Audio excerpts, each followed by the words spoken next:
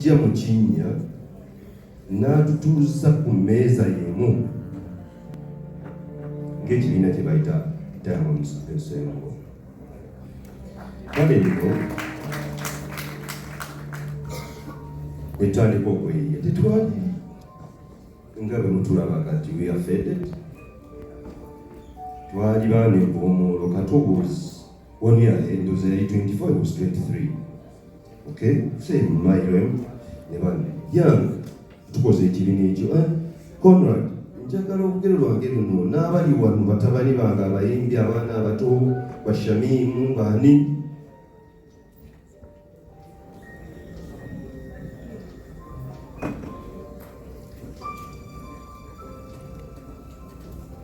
Muluyigireko abakulu babadde wano begayirira abantu mujje mutulabe kiba. I don't want to be part of that.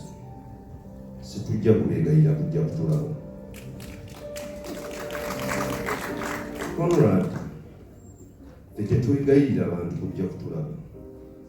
Okay? Twamanya obunafu bwaffe we buli ne twegatta. Afri Diamond. Okay? Obakano kankayiseewo. Obudde bajja kumpa n'ekira ne bate babumpadde, nze organizer nja kubeeyongeza.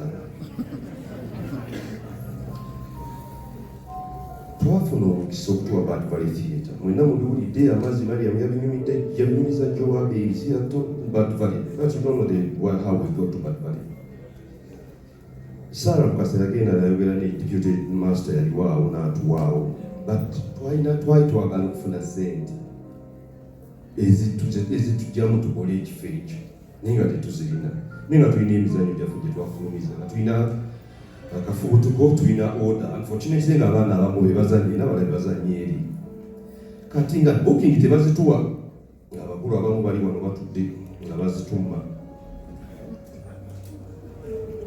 Naye edange lyantalo mulyetegeke lwaleero abakulu nga bazitumma, naye Mukama Katonda n'atuyamba kuli kasayini batuwa booking. Kati batuwa booking eyo, kimanyi ebyo baliteesa abakulu abaliwo then. Tugenda okulya fe abaali basaba booking. This, you know, and I'm speaking my truth. Abasaba booking kuba bategeera batya nti Diamond Ensemble bagiwadde ne ku Pride Theatre ne batuwa booking. Same weekend. Abantu bange abaana be twazanyisanga nga be bamu mu Diamond Ensemble ne mu Africa Arts. Okay? Banungi bawanya na makalibala tetwazanyisanga naye nga be bamu bakolere. Kato olyo Mariam Ashraf Abibu nemuyitamu bosi wange ne bagamba tukole. Kato tukole oyo omusajja tukole. Twakola Riverside netujjuza abantu, twatandikanga Friday, Saturday, Sunday. Friday Theatre, Friday, Saturday, Sunday. Twageza twasonda miliyoni zaali 6. Mariam will testify, guys are here. Netuzitwala ku Bad Valley ne bagituwa ne tutandika okukola. Conrad, listen.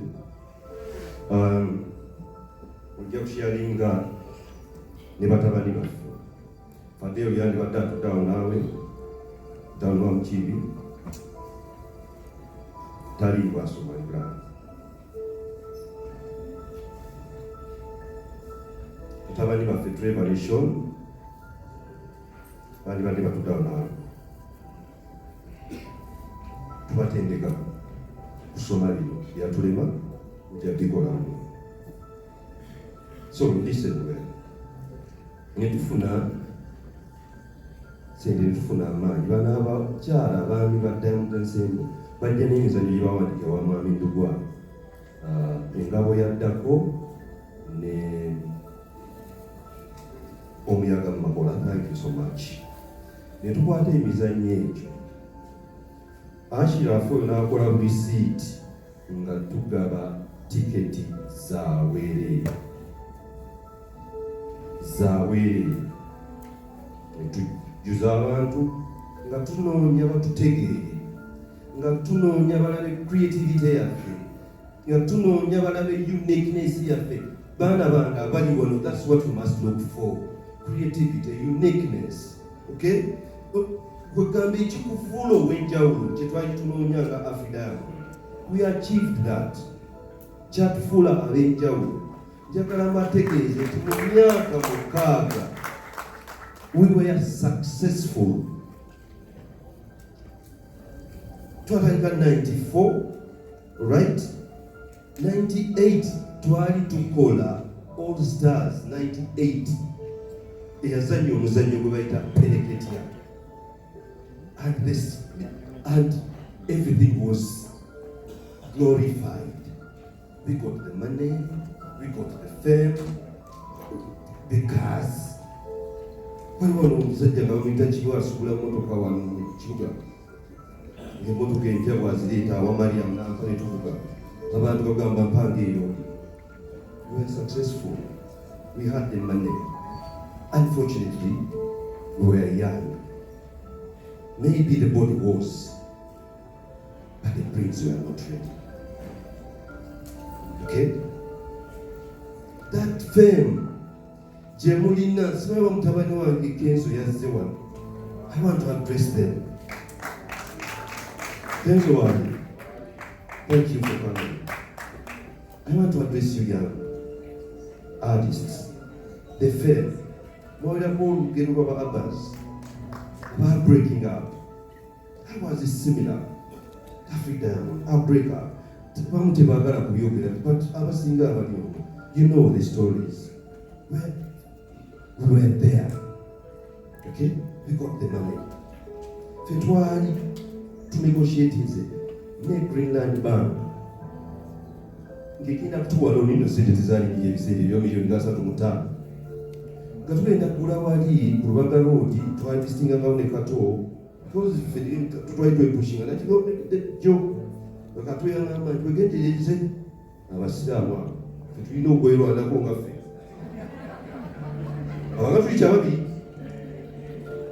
Munanga agenze nagezezaako genda obegayira waggulu nemmanyi obulungi banzikiriza akaserengeto k'Elubaga agali walatta. That story is for another day. Ettaka lyali ku Lubaga Road wali bateekako kwatobaka ekyaki y'aba China, something like that, eryawo waggulwa kiba China alooza. Nga tugenda kusasulawo tukole amatendo kituyita dream ffenna kye twagala kibeere, kyandibadde nga wano tuyimiridde ku National Theatre, film school, theatre, abaana baffe babeera bwe basula hostels and so. And Greenland was going to give us that money. Mwami Mukiibi yalina abasajja be bangi abakolera obulango. Ekya CBS bagenda ne batandika okukola nkibuuze because obudde tebuliiwo. Because baakola eno ne bagira ne bagenda ku CBS ne tweyongera amaanyi n'okwagala batandise okubamanya, bikola emizannyo ng'ezitaano biki ebyo ne bituleetera fame n'abuusa eyo ne ngenda ku ekyo. Okay? The fame. The money. These tag they want to tag us. You people around us, calling us celebrities.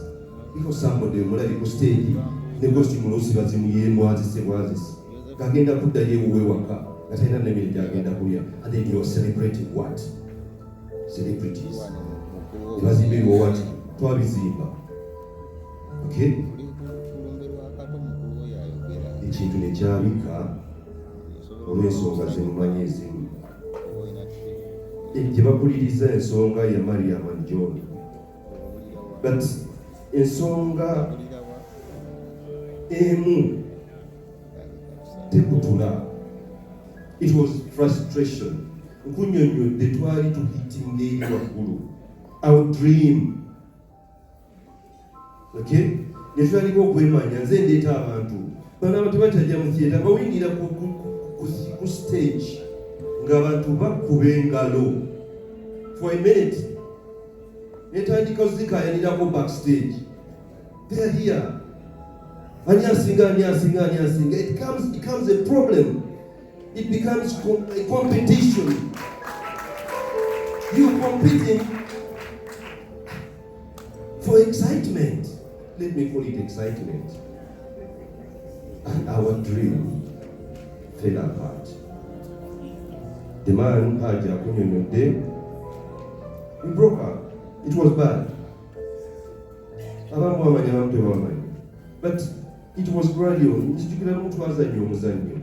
Nga tulina factions. Bakuyita kikuntekungu tuzanya. Mukwano gwange oyo mukiyibize mbonyebonye n'omusajja oyo. Akuba ennyondo manye ebintu ebya siteegi ebyo byakifuba batu. Akutte ennyondo tubonereza karakita Sirikidde yali agizannya. Abe ali ku sayidi ya John, Sirikidde ali ku sayidi ya Kato. Oba Sirikidde yaseeseetula ati ekigere. Mumanyi bwe tuba tuzannya tumayininga ekigere yaba akikwatako bw'ati n'asitula ennyondo n'abanga amukuba bati akuba eno mabbali. Sirikidde n'amwoka. Kati oba because ndowooza twali tetuwogera ino because tetuwogera twenkyayi. There's no communication on stage. You're performing but there's no communication. Abe yakuba Sirikidde ennyondo.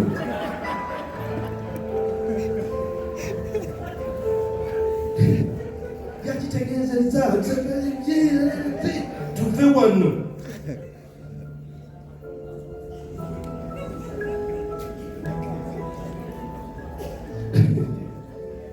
Tuve wano.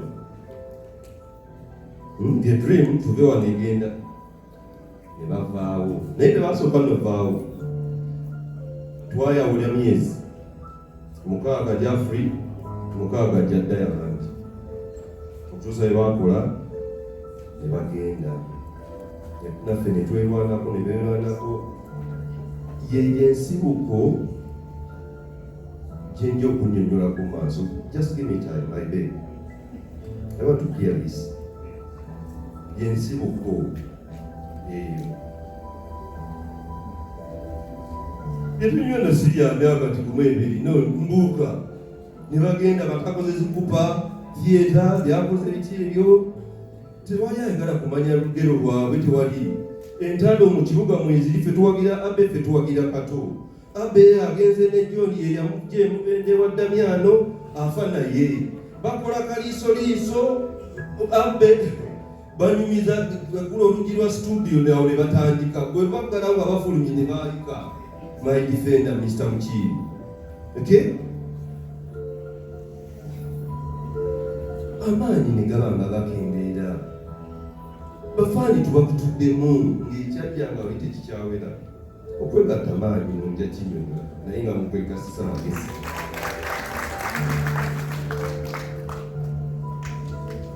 Ne tutuota.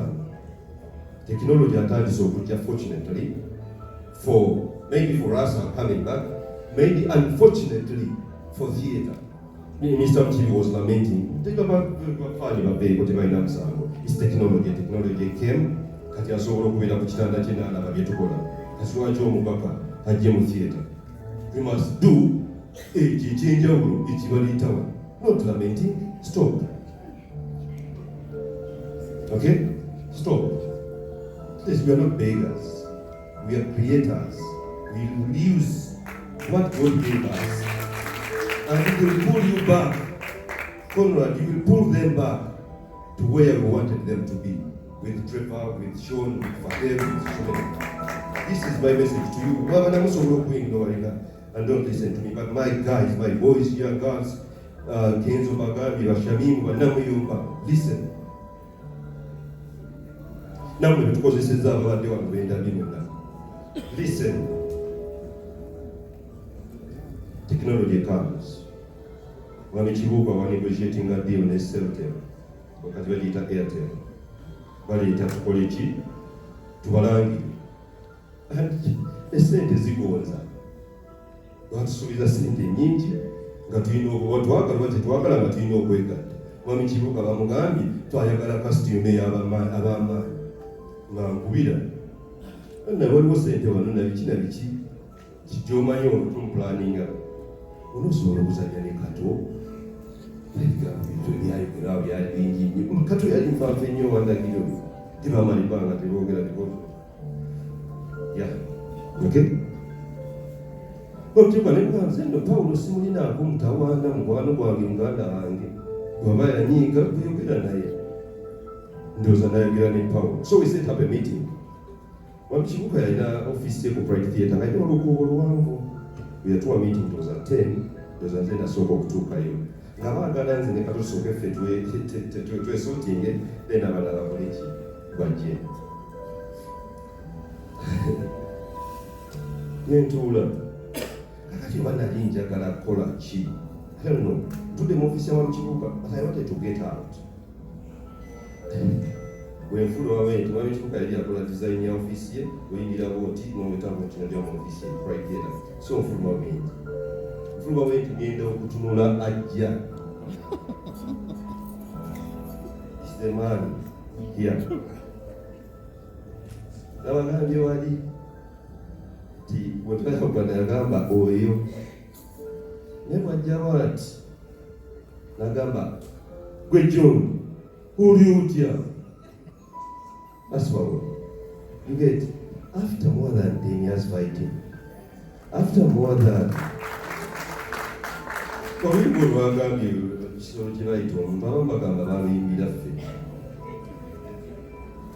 naffe twazanya omuzannyo nga babita Sebalamu Tebeesigwa nga bagamba twalitulumba bakato gye bagenze.